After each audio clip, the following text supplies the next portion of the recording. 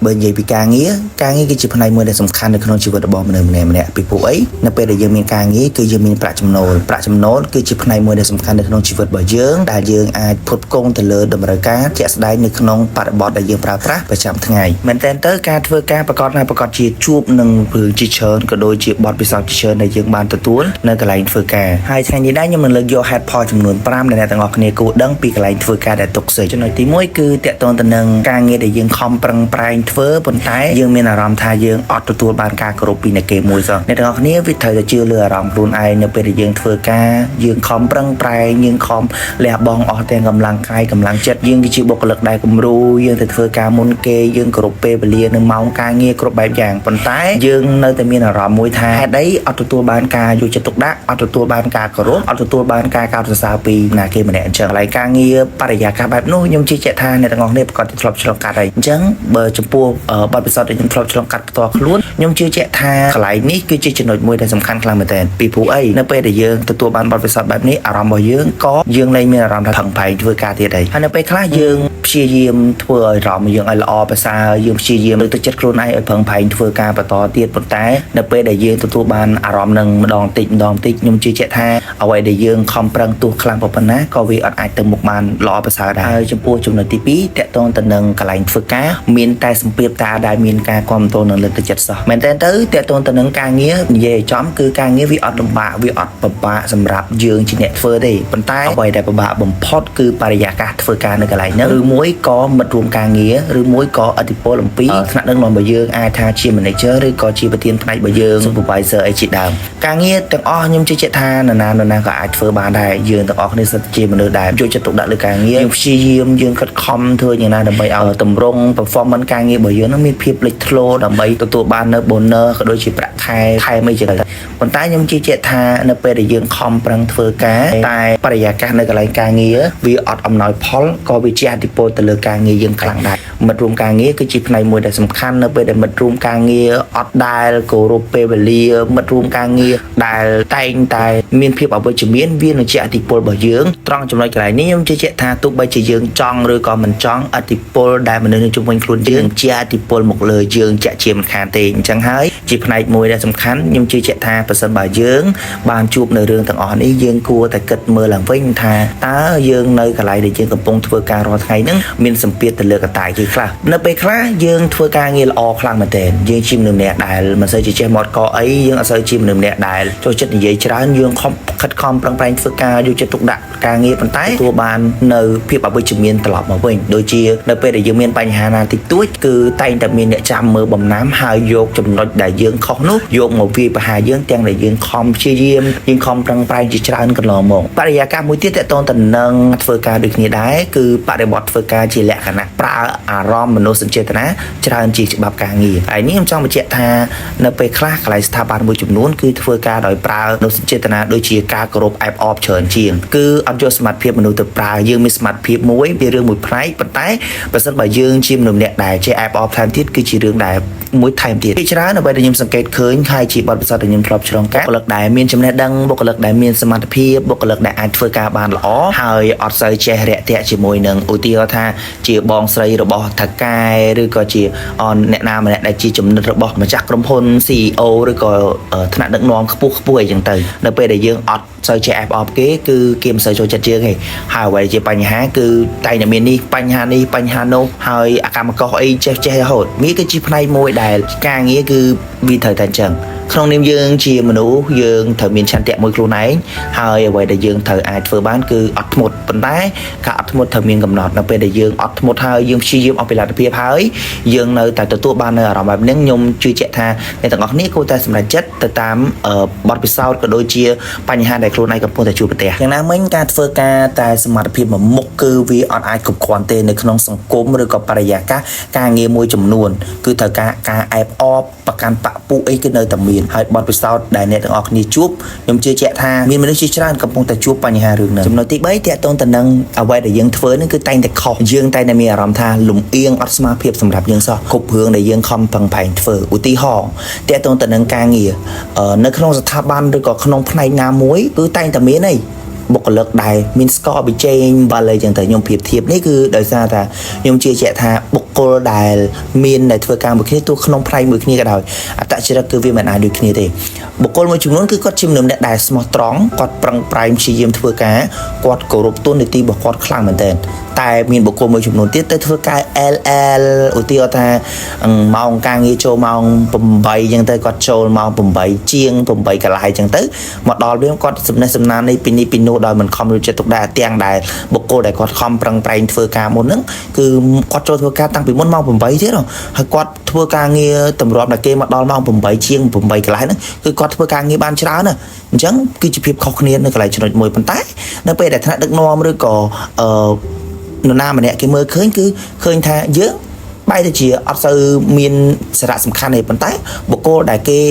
ចេះគេឆ្លាតបុគ្គលបែបហ្នឹងគឺជាបុគ្គលដែលឆ្លាតគេចេះអែបអបគេចេះយល់ចិត្តអញ្ចឹងហើយជារឿងមួយដែលយើងជាមនុស្សដែលខំប្រឹងប្រែងធ្វើការមែនប៉ុន្តែយើងមានចំណុចខ្សោយមួយគឺយើងអត់ចេះអែបអបដូចគេអញ្ចឹងគឺជាអ្វីដែលជាបញ្ហាមួយគឺស្ថាប័នមួយហ្នឹងគឺជាស្ថាប័នដែលឲ្យតម្លៃទៅលើភាពអែបអបច្រើនជាងការឲ្យតម្លៃទៅលើសមត្ថភាពលើបុគ្គលដែលមានសមត្ថភាពធ្វើការហើយកំឡុងពេលធ្វើការវិញគឺវាកាន់តែចិត្តស្និទ្ធមួយទៀតគឺប្រសិនបើគាត់មានដៃគូឬក៏មិត្តរួមការងារហ្នឹងគឺមានភាពស៊ីចង្វាក់នៃការនិយាយរឿងអវិជ្ជមានពីបុគ្គលណាម្នាក់ចាប់ដើមសេចក្តីបើកទំព័រមកពីបុគ្គលនេះអញ្ចេះមួយអ្នកលក់អនឡាញនេះអញ្ចេះ2រឿងនេះអញ្ចេះ3គឺតបតុយអត់ចេះដាច់ទាំងប្រសិនបើក្នុងករណីនេះខ្ញុំជឿជាក់ថាភាពដែលគេនិយាយនេះគឺវានឹងជាឥទ្ធិពលដល់យើងពីព្រោះនៅពេលដែលយើងធ្វើការនៅក្នុងបន្ទប់តែមួយកន្លែងតែមួយផ្នែកតែមួយវានឹងជាឥទ្ធិពលរឿងនឹងទៅដល់យើងហើយអញ្ចឹងយើងសាកសម័យមើលថាប្រសិនបើយើងជាមនុស្សម្នាក់ដែលចូលចិត្តធ្វើការងារយើងច្រើនទំនួលខុសត្រូវការងារយើងគឺផ្សេងគ្នាអញ្ចឹងបើក្នុងករណីយើងចង់ focus អីក៏វាជាឥទ្ធិពលឲ្យយើងពិបាកក្នុងការផ្ដោតទៅលើអារម្មណ៍ការងារដែរអញ្ចឹងខ្ញុំសម្រាប់ចិត្តថាអ្វីដែលយើងផឹងផែងអ្វីដែលយើងខិតខំគឺយើងត្រូវតែ flexible យើងត្រូវតែចេះបត់បែនយើងមើលផងថាក្នុងករណីបើគេគ្រប់គ្នាអាចទៅផ្លូវនឹងបានយើងអាចទៅផ្លូវនឹងបានក៏ទៅតែបើក្នុងករណីយើងមានគោលចំហថាយើងមិនអាចទៅផ្លូវនឹងបានទេយើងគួរតែសម្រេចចិត្តរកបរិបទប្រយាកាសការងារណាដែលភាពល្អប្រសើរជាងនឹងថ្មីហើយអ្វីដែលកាន់តែល្អមួយទៀតនោះគឺយើងទៅរកកន្លែងណាដែលអាចថាជាមិត្តដែលយល់ចិត្តបំផុតធ្វើការដោយភាពប្រឹងប្រែងខ្លាំងបំផុតប៉ុន្តែអ្វីដែលខ្ញុំមាន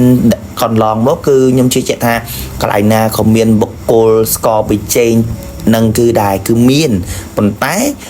ត្រង់កន្លែងខ្លះមានតិចត្រង់កន្លែងខ្លះគឺមានច្រើនហើយអ្វីដែលសំខាន់សួរថាតើកន្លែងដែលមានច្រើនឬមានតិចហ្នឹងតើថ្នាក់ដឹកនាំនៅខាងលើឬក៏ប្រធានផ្នែករបស់យើងមួយហ្នឹងគាត់បានយកចិត្តទុកដាក់លើកន្លែងចំណុចហ្នឹងអត់តើប្រធានផ្នែករបស់យើងហ្នឹងគឺជាបុគ្គលបែបណាចរិតគាត់បែបម៉េចថ្នាក់ដឹកនាំកពូលឬក៏ម្ចាស់ក្រុមហ៊ុនហ្នឹងគឺជាចរិតបែបម៉េចបើសិនបើចរិតគាត់ខុសពីយើងគួរណាដែលមិនសម្រេចចិត្តឲ្យបានលឿនក៏ល្អប្រសើរដែរតែក្នុងករណីថ្នាក់ដឹកនាំខាងលើគាត់មើលឃើញពីភាពខំប្រឹងប្រែងការយកចិត្តទុកដាក់របស់យើងអ្វីដែលយើងលះបង់គេមើលឃើញហើយខ្ញុំជឿជាក់ថាអ្វីបុគ្គលទាំងអស់ហ្នឹងយើងមិនចាំបាច់ខ្វាយខ្វល់ទេយើងផ្ដោតទៅលើគោលដៅជីវិតរបស់យើងផ្ដោតទៅលើអ្វីដែលយើងចង់បានសម្រាប់ខ្លួនឯងអញ្ចឹងយើងកុំមានអារម្មណ៍មួយថាចង់ឈប់អីអាហ្នឹងបើសិនបើក្នុងករណីថ្នាក់ដឹកនាំគេមើលឃើញអញ្ចឹងយើងផ្ដោតទៅលើគោលដៅជីវិតរបស់យើងទៅខំប្រឹងប្រែងធ្វើការឲ្យបានប្រាក់ខែឲ្យបានខ្ពស់យ៉ាងទៅពេលដែលយើងមានសមត្ថភាពយើងមានលទ្ធភាពក្នុងការយកប្រាក់ខែហ្នឹងទៅធ្វើអីមួយឧទាហរណ៍ថាការរកស៊ីឬក៏ទៅរៀនបន្តឬក៏ធ្វើកិច្ចការមួយដែលយើងចង់ធ្វើអូខេយើងអាចសម្រេចចិត្តឈប់បានហើយយើងទៅធ្វើអ្វីដែលយើងចង់ធ្វើមួយទៀតចំណុចទី4គឺតាក់ទងទៅនឹងយើងធ្វើការប៉ុន្តែយើងអាចមានអីដែលភាពរីកចម្រើនសម្រាប់យើងចុះយើងធ្វើការដែលយើងមានអារម្មណ៍ថាធុញយើងមានអារម្មណ៍ថាយើង boring យើងកំពុងមានអារម្មណ៍ថាយើងអត់មានអីថ្មីចូលមកពេញសោះអញ្ចឹងអាហ្នឹងគឺជាមួយដែលសំខាន់ហើយដែលយើងមានអារម្មណ៍ថាយើងអត់អាចទៅមុខថែមទៀតកន្លែងនេះគឺជាផ្នែកមួយដែលសំខាន់ដែលប្រធានផ្នែកមួយឬក៏ក្រុមហ៊ុនមួយគួរយកចិត្តទុកដាក់ទៅលើបុគ្គលិកដែលគាត់ចង់ចេះចង់ដឹងចង់រៀនអ្វីដែលថ្មីចង់ចេះអ្វីថ្មីដើម្បីពង្រឹងសមត្ថភាពក៏ដូចជាចំណេះជំនាញរបស់គាត់តែភាគច្រើននៅក្នុងកន្លែងក្រុមហ៊ុនគេមិនសូវយកចិត្តទុកដាក់លើកន្លែងចំណុចហ្នឹងទេគេការងារណាដែលយើងអាចធ្វើបានគឺ stable ប៉ុណ្ណាគឺគេឲ្យធ្វើប៉ុណ្ណឹងគេ add on ការងារមួយចំនួនប៉ុន្តែការងារបច្ចេកទេសដែលសំខាន់គឺគេមិនលើកយកឲ្យយើងដឹងឬក៏គេមិន ឲ្យយើងធ្វើទេឧទាហរណ៍ជាក់ស្ដែងខ្ញុំសូមលើកយកប្រធានបទមួយមកនិយាយតែតទៅនឹងយើងធ្វើការនៅក្នុងវិស័យ marketing ប្រសិនបើយើងជាមនុស្សម្នាក់ដែលបង្កើតមាតិកាឬក៏យើងអាចជាមនុស្សដែលកាត់តែតទៅនឹងការកាន់ pay ការ post អីផ្សេងៗយើងអាចធ្វើបានអូខេ 100%គឺ stable ប៉ុន្តែតែតទៅនឹងការងារមួយចំនួនដូចជាការ boost ឬក៏តែតទៅនឹង technique នៅក្នុងការ boost អីផ្សេងៗខ្ញុំជឿជាក់ថាมันមានប្រធានផ្នែកច្រើនទេដែលមានចិត្តទូលាយហើយព្រមបង្រៀនយើងអញ្ចឹងនេះហើយគឺជាផ្នែកមួយដែលសំខាន់ដែលយើងត្រូវគិតហើយយើងត្រូវមើលដែរថាតើប្រធានផ្នែកឬក៏បរិយាកាសនៅកន្លែងការងាររបស់យើងហ្នឹងមនុស្សទាំងអស់ហ្នឹងគឺជាមនុស្សបែបណាជាមនុស្សដែលចូលចិត្តបង្ហាត់បង្រៀនជាមនុស្សដែលចូលចិត្តចែករំលែកឲ្យយើងដែរឬទេពីព្រោះអីក្នុងនាមយើងជាអ្នកធ្វើការខ្ញុំជឿជាក់ថាយើងអត់ស្កប់ស្កល់នឹងអ្វីដែលយើងចេះរាល់ថ្ងៃហ្នឹងទេយើងតែងតែចង់បានអីដែលថ្មីយើងចង់បានអីដែលវិជ្ជមានសម្រាប់ខ្លួនឯងហើយយកទៅប្រើប្រាស់ជាប្រយោជន៍មួយសម្រាប់ដើម្បីទទួលបានប្រាក់ខែខ្ពស់ជាងមុនដើម្បីជីវភាពល្អប្រសើរជាងមុនហើយក៏ដើម្បីតំណែងខ្ពស់ល្អជាងមុនដែរអញ្ចឹងបើសិនបើយើងមានសមត្ថភាពហើយយើងអាចគិតថាកន្លែងដែលយើងកំពុងធ្វើរាល់ថ្ងៃនេះគឺយើងអត់អាចទៅធ្វើការឬក៏យើងអត់អាចទទួលបានអីដែលថ្មីបន្ថែមទៀតទេយើងអាចសម្រេចចិត្តពិចារណាសិនថាតើយើងអាចទៅរកកន្លែងថ្មីដែលល្អប្រសើរជាងនឹងបានអត់តើសមត្ថភាពយើងអាចមានតែប៉ុណ្្នឹងឬក៏សមត្ថភាពយើងអាចធ្វើអ្វីបានច្រើនជាងការងារដែលយើងកំពុងធ្វើរាល់ថ្ងៃនេះយើងសួរខ្លួនឯងឲ្យបានច្បាស់ហើយយើងលើកទឹកចិត្តខ្លួនឯងថាយើងអាចនឹងសាកល្បងអ្វីដែលថ្មីទោះបីជាការចាប់ផ្ដើមថ្មីយើងមិនអាចដឹងមុនទេថាវាជាការដែលល្អឬអាក្រក់ឬក៏វិជ្ជមានឬអវិជ្ជមានក្តីប៉ុន្តែយើងត្រូវតែបើកចិត្តទទួលយកតាក់ទងទៅនឹងអ្វីដែលយើងបានសម្រេចចិត្តទោះខុសក្តីយើងចាត់ទុកជាបទពិសោធន៍ទោះមិនល្អក្តីយើងក៏ចាត់ទុកជាបទពិសោធន៍ប្រសិនបើយើងចាប់ផ្ដើមថ្មីគឺជាភាពវិជ្ជមានភាពល្អប្រសើរយើងទុកវាជារឿងមួយដែលយើងត្រេកអរយើងសប្បាយចិត្តហើយយើងប្រឹងប្រែងធ្វើវាបន្តទៀតឲ្យអស់ពីសមត្ថភាពដើម្បីបង្ហាញពីសក្តានុពលក៏ដូចជាសមត្ថភាពរបស់យើងហើយអ្វីដែលសំខាន់មួយទៀតយើងត្រូវសង្កេតមើលដែរថាជួនកាលពេលខ្លះមុនពេលដែលយើងអត់ធ្វើការនៅហ្នឹងឯងយើងមានអារម្មណ៍ថាខ្លួនឯងបកកាយយើងអាចធ្វើនេះបានយើងអាចធ្វើវីដេអូយើងអាចធ្វើអ្វីដែលខ្លួនឯងចង់ធ្វើបានគឺអូខេប៉ុន្តែនៅពេលដែលយើងធ្វើការនៅនឹងមួយរយៈទៅយើងមានអារម្មណ៍ថាខ្លួនឯងគឺចាប់ផ្ដើមធ្វើអ្វីដែលការងារដែលខ្លួនឯងស្រឡាញ់ហ្នឹងគឺអត់មានពេលធ្វើហ្មងហើយមានអារម្មណ៍ថាផ្លូវចិត្តហ្នឹងគឺវាចាប់ផ្ដើមពិបាកម្ដងបន្តិចហើយយើងមានអារម្មណ៍ថាលែងចង់ធ្វើការងារដែលខ្លួនឯងចង់ធ្វើហើយអត់មានកម្លាំងចិត្តធ្វើទៀតចឹងអានឹងគឺជាផ្នែកមួយដែលយើងគួរពិចារណាចំណុចទី5ចំណុចចុងក្រោយគេគឺសុខភាពផ្លូវចិត្តសំខាន់ជាងគេលុយកាក់យើងជារឿងមួយដែលសំខាន់ការងារក៏ជារឿងមួយដែលសំខាន់មានការងារមានប្រាក់ចំណូលយើងអាចផ្គត់ផ្គង់ទៅលើសេដ្ឋកិច្ចក៏ដូចជា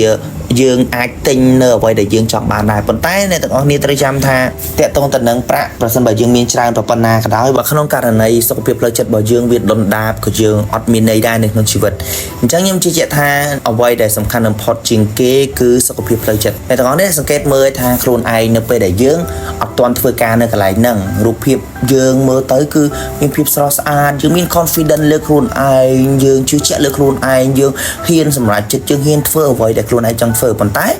នៅពេលដែលយើងធ្វើការនៅហ្នឹងសឹកមានអារម្មណ៍មួយថា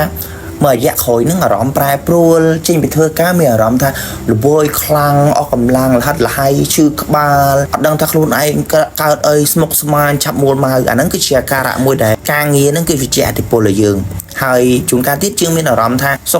កគឺមានអារម្មណ៍ថាធុញលែងចង់ទៅធ្វើការឬក៏ការងារហ្នឹងមានអារម្មណ៍ថាគាត់លើសូការងារអត់ចង់ទៅធ្វើសោះអញ្ចឹងនេះហើយគឺជាហេតុផលដែលបញ្ហាផ្លូវចិត្តវាជាឥទ្ធិពលដ៏សំខាន់ពេលខ្លះទៀតគឺតាក់ទងទៅនឹងរូបសម្រស់យើងពេលដែលយើងអត់ទាន់ទៅធ្វើការនៅកន្លែងមួយនេះយើងជាមនុស្សម្នាក់ដែលចូលចិត្តភាពស្អាតបាតហើយសមរម្យខ្លាំងមែនតើមុខមាត់អីក៏អត់សូវមានបញ្ហាអីធំដុំដែរប៉ុន្តែនៅពេលដែលយើងធ្វើការនៅហ្នឹងយើងមានអារម្មណ៍ថាមុខយើងគឺចាប់ផ្ដើមឡើងមុនមានអារម្មណ៍ថា stress អ្វីដែលសំខាន់មួយទៀតគឺអភិរិយរបស់យើងហ្នឹងគឺវាអត់ចេះខកយើងទេអ្វីដែលវាបង្ហាញឲ្យយើងហ្នឹងដូចជាការឡើងមុនដូចជាអាការៈអាសាឈឺក្បាលញឹកញាប់ធុញទ្រាន់នេះគឺមិនមែនសុកពីមកលេងយើងទេប៉ុន្តែវាជាផ្នែកមួយសំខាន់មែនតើដែលការងារមួយចំនួនវាអាចជះឥទ្ធិពលលើយើងបើសិនបើក្នុងបរិយាកាសដែលយើងទៅធ្វើការយើងមានអារម្មណ៍នឹងខ្លាំងពេកយើងមានអារម្មណ៍ថាយើងធុញទ្រាន់ហើយយើងតែងតែឈឺក្បាលអ្នកខ្លះវិញឈឺក្បាលជាប្រចាំហ្មងឈឺក្បាលជាប្រចាំទាំងតែគាត់ពីមុនមកអត់ដែរចឹងឯងជាក់ថាប្រសិនបើមានបញ្ហានឹងធុញធ្ងរពេកក៏វាអាចជះឥទ្ធិពលដល់សុខភាពយើងសំខាន់ដែរហើយចំពោះសុខភាពគឺយើងអាចយកលុយទៅទិញបានទេឬក៏យើងអាចយករបស់ណាទៅដូរបានទេអញ្ចឹងយើងអាចមើលថែសុខភាពខ្លួនឯងបានល្អពី ពួកអីបើកាលណាសុខភាពយើងល្អយើងអាចសម្រេចបានគ្រប់យ៉ាងមិនថាលុយកាក់មិនថាការសុខភាពស្នេហាតេតងទៅនឹងការងារក៏ដូចជាតេតងទៅនឹងគ្រួសារឬក៏ការជួយសង្គមអីឬក៏ការងារខ្លួនឯងស្រឡាញ់ទេកាលណាយើងមានសុខភាពល្អគឺយើងនឹងអាចធ្វើអ្វីបានគ្រប់យ៉ាងទោះបើសិនបើយើងមានរបស់គ្រប់យ៉ាងប៉ុន្តែយើងអត់មានសុខភាពល្អទេគឺក៏វាគ្មានន័យដែរពួកអីយើងអត់អាចធ្វើអ្វីបានទេដោយសារតែបញ្ហាសុខភាពអញ្ចឹងនៅពេលដែលយើងជួបរឿងនឹងជាច្រើនយើងជួបបញ្ហាដែលយើងកំពុងតែជួបបញ្ហាដែលយើងដែលកំពុងតែស្មុគស្មាញដោះស្រាយអត់ចេញហ្នឹងយើងសាកគិតមើលឡើងវិញថាតើវាអាចជាកត្តាមួយដែលជះឥទ្ធិពលពីការងារដែរទេប្រសិនបើការងារហ្នឹងវាជះឥទ្ធិពលវាធ្វើឲ្យយើងប៉ះពាល់ខ្លាំងវាធ្វើឲ្យយើងមានអារម្មណ៍ថាយើង down ទៅយើងអន់ថយទៅសម្រាប់ចិត្តមើលថាតើការងារហ្នឹងតើយើងអាចផ្លាស់ប្ដូរបានអត់ឬក៏ការងារហ្នឹងវាចាំបាច់អត់ដែលយើងត្រូវតែនៅការងារហ្នឹងវាចាំបាច់អត់ដែលយើងត្រូវតែបន្តធ្វើវាបើសិនបើខ្ញុំចំពោះខ្ញុំផ្ទាល់ទស្សនៈបើខ្ញុំជឿជាក់ថាខ្ញុំនឹងសម្រេចចិត្តថាជប់ហើយខ្ញុំនឹងរកកន្លែងមួយដែលល្អប្រសើរហើយខ្ញុំចាប់ដើមអ្វីដែលជាការងារដែលខ្ញុំធ្វើឲ្យខ្ញុំសប្បាយចិត្តខ្ញុំអត់មានភាពតានតឹងនៅក្នុងជីវិតហើយអ្វីដែលខ្ញុំលើកយកមកនិយាយនេះមិនមែនខ្ញុំជាមនុស្សម្នាក់ដែលជោគជ័យឬក៏ជាមនុស្សម្នាក់ដែលល្អបំផុតទេតែវាជាបទពិសោធន៍ដែលខ្ញុំធ្លាប់ឆ្លងកាត់ហើយជាចំណុចល្អដែលខ្ញុំធ្លាប់ជួបប្រទះអញ្ចឹងក្នុងករណីបើសិនបើខ្ញុំនិយាយទៅមានចំណុចប៉ះពាល់ឬក៏ខ្វះខាតកន្លែងណាសូមបងប្អូនទាំងអស់គ្នាមេត្តាអធិស្ឋាននឹងជួយរិះគន់ក្នុងនៃស្ថាបនាដើម្បីកែលម្អនិងរីកចម្រើនជាមួយនឹងគ្នាអរគុណច្រើនសម្រាប់ការស្ដាប់វីដេអូមួយនេះអរគុណច្រើនបងប្អូនទាំងអស់គ្នាជូនពរសុខភាពល្អនិងសំណាងល្អបាយបាយ